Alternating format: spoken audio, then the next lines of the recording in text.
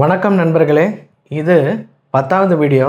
இதுக்கு முந்தின வீடியோக்கள்லாம் நீங்கள் இன்னும் பார்க்கல அப்படின்னா, நான் இந்த கோர்ஸோட என்டையர் கோர்ஸோட லிங்க்கே டிஸ்கிரிப்ஷன்லேயும் ஃபஸ்ட் கமெண்ட்லேயும் தர்றேன். மறக்காமல் போய் பாருங்கள், சரிங்களா? இப்போ நம்ம லெசனுக்குள்ளே போவோம். இந்த வீடியோவில் கன்னடா மொழியில் வெஜிடபிள் நேம்ஸ், அதாவது காய்கறிகளோட பெயர்களை நம்ம கற்றுக்க போகிறோம். ஸோ வாங்க பார்க்கலாம். ஃபஸ்ட்டு காய்கறி அப்படின்றதுக்கு கன்னடாவில் தர்காரி அப்படின்னு சொல்லுவாங்க. தர்காரினா காய்கறி, காய்கறிகள் அப்படின்னா தர்காரிகளோ அப்படின்னு வரும், சரிங்களா? இப்போ நம்ம போர்டு பார்க்கலாம். ஃபஸ்ட்டு நான் இங்கே எழுதியிருக்கேன் வெள்ளைப்பூடு. வெள்ளைப்பூடுன்னா உங்களுக்கு தெரியும் இல்லையா? வெள்ளைப்பூடு இல்லைன்னா வெள்ளைப்பூண்டு அப்படின்னு நம்ம சொல்லுவோம். வெள்ளைப்பூண்டு அதாவது வெள்ளைப்பூடுக்கு கன்னடாவில் என்னன்னு பார்த்தீங்கன்னா வெள்ளுள்ளி. இப்போ இந்த உள்ளி அப்படின்றது எனக்கு தெரிஞ்ச வரைக்கும் ஒரு பழைய தமிழ் வார்த்தை தான். உள்ளி அப்படின்னாலே வெங்காயம் அல்லது வெள்ளை பூண்டை தான், இல்லை பூண்டை குறிக்கிற ஒரு சொல், சரிங்களா? ஸோ இங்கே கன்னடாவில் இன்னுமே அவங்க யூஸ் பண்ணுறாங்க வெள்ளுள்ளி, அதாவது வெள்ளை உள்ளி அப்படின்னா வெள்ளை பூண்டு அப்படின்ற அர்த்தம், கரெக்டாக? அதே தான் இங்கேயும் சொல்கிறாங்க, வெள்ளை உள்ளி. ஸோ வாக்கு பதிலாக பா போட்டிருக்காங்க, வெள்ளுள்ளி. ஸோ வெள்ளை உள்ளி வெள்ளுள்ளியாக மாறி இருக்கணும், அதுதான் என்னோட கெஸ். அடுத்து நெக்ஸ்ட்டு பார்த்தீங்கன்னா வெங்காயம். வெங்காயம் அப்படின்றதுக்கு கன்னடாவில் ஈருள்ளி. ஈருள்ளி. ஸோ டிஃப்ரென்சியேஷன் பார்த்துக்கோங்க. வெள்ளுள்ளினாலே வெள்ளை அப்படின்னா நீங்கள் வெள்ளை அப்படின்றத ஞாபகம் வச்சுக்கோங்க, ஈஸியாக ஐடென்டிஃபை பண்ணலாம் வெள்ளைப்பூடு அப்படின்றத. ஈருள்ளி அப்படின்றது வெங்காயம். ஈருள்ளி அப்படின்னா வெங்காயம். அடுத்து முள்ளங்கி. முள்ளங்கிக்கு கிட்டத்தட்ட ஒரே மாதிரி இருக்குது பாருங்கள், மூலங்கி அப்படின்னு சொல்கிறாங்க. இங்கே முள்ளங்கின்னு வருது, இங்கே மூலங்கி அப்படின்னு சொல்கிறாங்க. ஆனால் பேச்சு வழக்கில் மூலங்கி அப்படின்ற மாதிரி தான் இருக்கும். மூலங்கி அப்படின்னு சொல்ல மாட்டாங்க, முள்ளங்கி அப்படின்ற மாதிரி தான் சொல்லுவாங்க. ஸோ முள்ளங்கி, மூலங்கி. கேரட்டுக்கு கேரட் தாங்க. கேரட்டுன்றதே இங்கிலீஷ் வேர்டு தான் எனக்கு தெரிஞ்ச வரைக்கும். ஸோ நம்ம அதை தான் பரவலாக யூஸ் பண்ணிகிட்ருக்கோம். அவங்களும் கேரட்டுன்னு மட்டும்தான் சொல்கிறாங்க, வேறு பெயர்கள் கிடையாது. ஸோ கேரட்டு தான். பீட்ரூட். பீட்ரூட்டுக்கும் பீட்ரூட்டுன்னு தான் சொல்கிறாங்க, சேம் இங்கிலீஷ் வார்த்தை தான். ஆனால் நமக்கு தமிழில் இதுக்கு செங்கிழங்கு அப்படின்ற ஒரு வார்த்தை இருக்குது. செங்கிழங்கு அப்படின்ற ஒரு வார்த்தை இருக்குது. இது சேம் கெம்புகட்டே அப்படின்னு கன்னடத்தில் சொல்கிறாங்க. கன்னடாவில் கெம்புகட்டே அப்படின்னு அவங்க சொல்கிறாங்க. கெம்பு அப்படின்றது சிவப்பு, செங்கிழங்கு அப்படின்னாலே என்னது? சிவப்பு கிழங்கு அப்படின்னு அர்த்தம், கரெக்டாக? இங்கே கெம்புக்கு சிவப்புன்ற அர்த்தம். ஸோ கெம்பு கட்டே அப்படின்றது கிழங்கு. பட் கடைகளில் நீங்கள் போயிட்டு செங்கிழங்கு 1/4 கிலோ கொடுங்க அப்படின்னா நம்ம மூஞ்சியை பார்ப்பாங்க இல்லையா? அதே மாதிரி அங்கேயும் புரியாமல் நிறையா பேர் இருக்கிறதுக்கான வாய்ப்பு இருக்குது. ஸோ நீங்கள் பீட்ரூட் அப்படின்னே சொல்லலாம். நெக்ஸ்ட்டு பார்த்தீங்கன்னா சுரைக்காய்.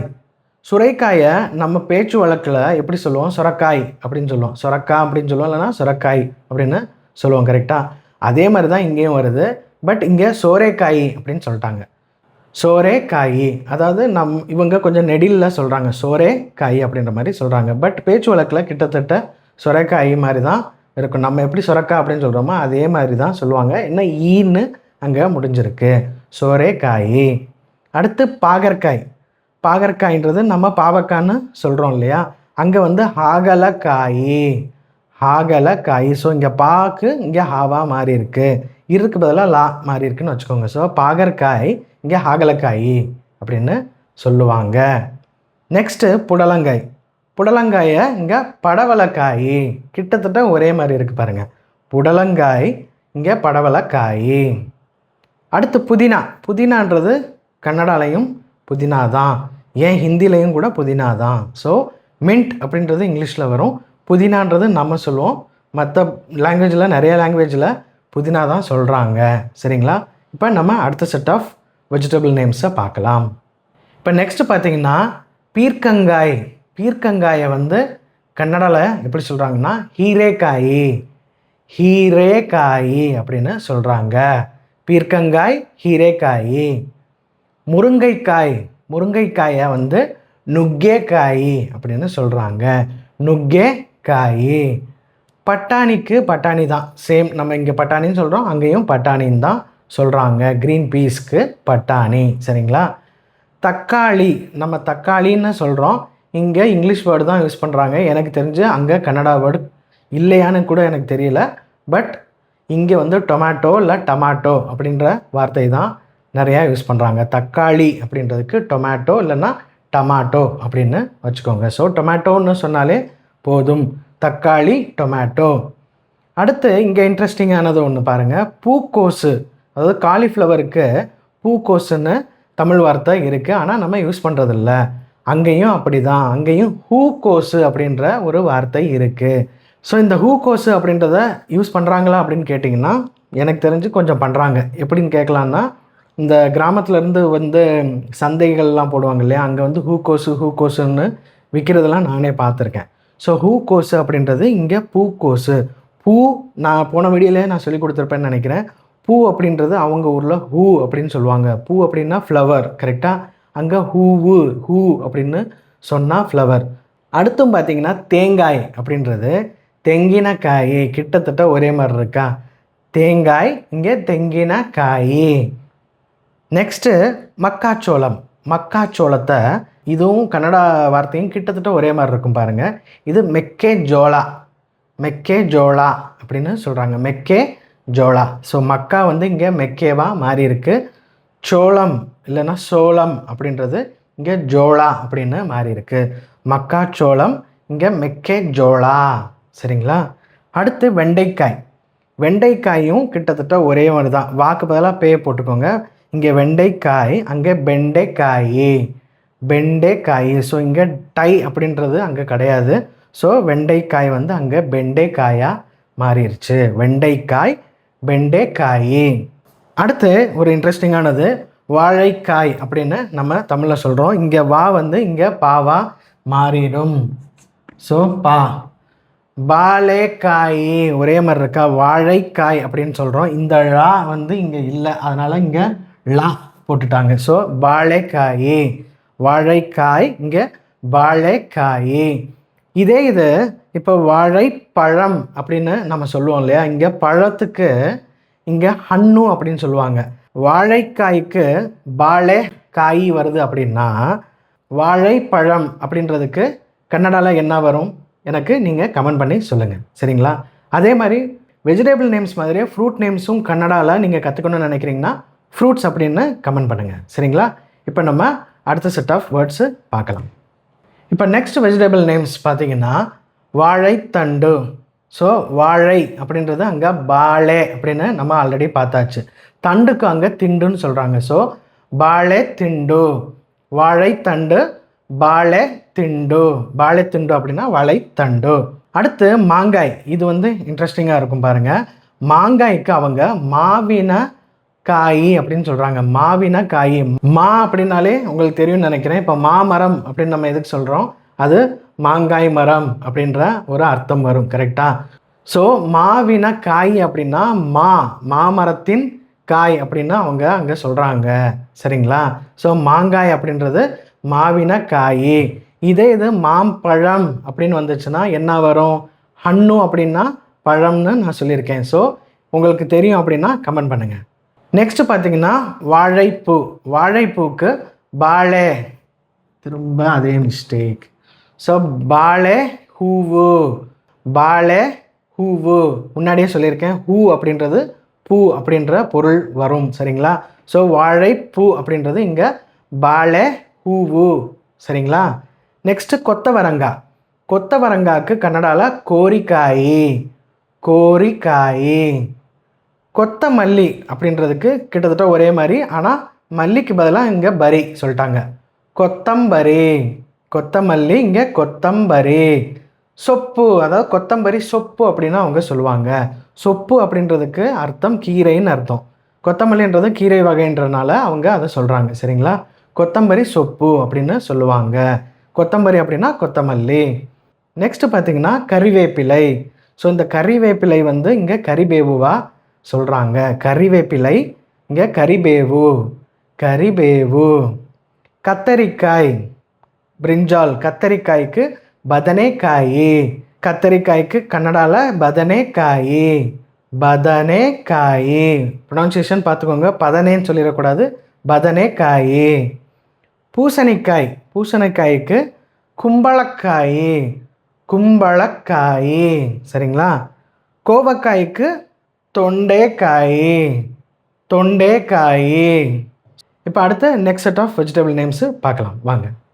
நெக்ஸ்ட்டு பார்த்தீங்கன்னா சவ் சவ். சவ் சவ் வந்து அங்கேயும் சவ் சவ்னு கேட்கலாம். சவ் சவ்ன்றது கிட்டத்தட்ட இங்கிலீஷ் வேர்டு மாதிரி தான், கரெக்டாக? ஸோ சவ் சவ்னு சொன்னாலும் அவங்களுக்கு புரியும். இன்னொரு வார்த்தை அவங்க என்ன சொல்கிறாங்கன்னா சீமே பதனைக்காய் அப்படின்னு சொல்கிறாங்க. சீமே அப்படின்னா சீமை அப்படின்றது தமிழில் என்ன அர்த்தம் வரும்? ஃபாரின்னு வரும், கரெக்டாக? அதை தான் அங்கே சீமேன்னு சொல்கிறாங்க. ஸோ சீமே பதனைக்காய். பதனைக்காய்னா என்னன்னு பார்த்தோம்? பிரிஞ்சால், கத்தரிக்காய்ன்னு பார்த்தோம். ஸோ அவங்க ஃபாரின் பிரிஞ்சால் அப்படின்னு சொல்கிறாங்க. சீமே பதனைக்காய் சவ் சவுக்கு. நெக்ஸ்ட்டு மிளகாய். நம்ம மிளகாயை அவங்க எப்படி சொல்கிறாங்கன்னா மெணசினக்காய் அப்படின்னு சொல்கிறாங்க. மெணசினக்காய் அப்படின்னு சொல்கிறாங்க. இப்போ இதை பச்சை மிளகாய் அப்படின்னு நம்ம சொல்கிறதுக்கு எப்படி சொல்லலாம்னா பச்சைக்கு ஹசிரு அப்படின்ற வார்த்தை கன்னடாவில் இருக்குது. ஸோ பச்சைக்கு ஹசிரு, சிவப்புக்கு கெம்பு. ஸோ பச்சை மிளகாய் அப்படின்னு சொல்லணும்னா ஹசிரு மெணசினக்காய் அப்படின்னு நீங்கள் சொல்லலாம். ஹசிரு மெணசினக்காய், கெம்பு மெணசினக்காய். ஸோ கெம்பு அப்படின்றது ரெட், சிவப்பு. ஸோ சிவப்பு மிளகாய் அப்படின்றதுக்கு கெம்பு மெணசினக்காய் அப்படின்னு நீங்கள் சொல்லலாம். அப்புறம் குடை மிளகாய். குடை மிளகாய்க்கு தொன்னை மெணசினக்காய் அப்படின்னு சொல்கிறாங்க. ஸோ தொன்னை மெணசினக்காய். தொன்னை தெரியும்ல, தொன்னுன்றது அந்த இலையில ஒரு பிளேட் மாதிரி பண்ணியிருப்பாங்க இல்லையா? ஸோ இப்போ நம்ம குடை மிளகாயை வந்து கட் பண்ணோம்னா எப்படி இருக்கும்? தொன்னை மாதிரி தானே இருக்கும். மேபி அதனால தான் அவங்க அப்படி சொல்கிறாங்கன்னு நான் நினைக்கிறேன். ஸோ தொன்னை மெணசினக்காய். பசலைக்கீரை. இப்போ கீரைகளை பற்றி கொஞ்சம் பார்க்கலாம். நான் கீரை அப்படின்றதுக்கு சொப்புன்னு ஆல்ரெடி முன்னாடியே சொன்னேன், ஞாபகம் இருக்கா? ஸோ பசலைக்கீரை அப்படின்றது நம்ம கூட லோக்கலில் பாலக்கீரை அப்படின்னு நம்மளும் கேட்போம், கரெக்டாக? ஸோ பாலக்கீரையை அவங்க பாலக் சொப்பு அப்படின்னு சொல்கிறாங்க. பாலக் சொப்பு. பசலைக்கீரை இல்லைன்னா பாலக்கீரையை பாலக் சொப்பு அப்படின்னு கன்னடாவில் சொல்கிறாங்க. நெக்ஸ்ட்டு வெந்தயக்கீரை. அதை வந்து எப்படி சொல்கிறாங்கன்னா மெந்திய சொப்பு அப்படின்னு சொல்கிறாங்க. ஸோ மெந்திய சொப்புவாக மாறி இருக்கு, மெந்திய சொப்பு. தண்டுக்கீரை. தண்டுக்கீரைக்கு ஒரே மாதிரி தாங்க, தண்டு தண்டு தான் அங்கேயும். ஸோ தண்டு சொப்பு அப்படின்னு சொல்கிறாங்க. தண்டுக்கீரை, தண்டு சொப்பு. Next beans. பீன்ஸுக்கு எல்லா இடத்துலையும் பீன்ஸ் தான். நீங்கள் எந்த ஊருக்கு போனாலும் பீன்ஸுன்னு கேட்டால் எல்லாருக்குமே புரியும், ஏன்னா அது ஒரு இங்கிலீஷ் வேர்டு. பட் இதுக்கு ஹீருளிக்காய் அப்படின்ற ஒரு வார்த்தையும் இருக்குது. ஹீருளிக்காய், ஹீருளிக்காய்.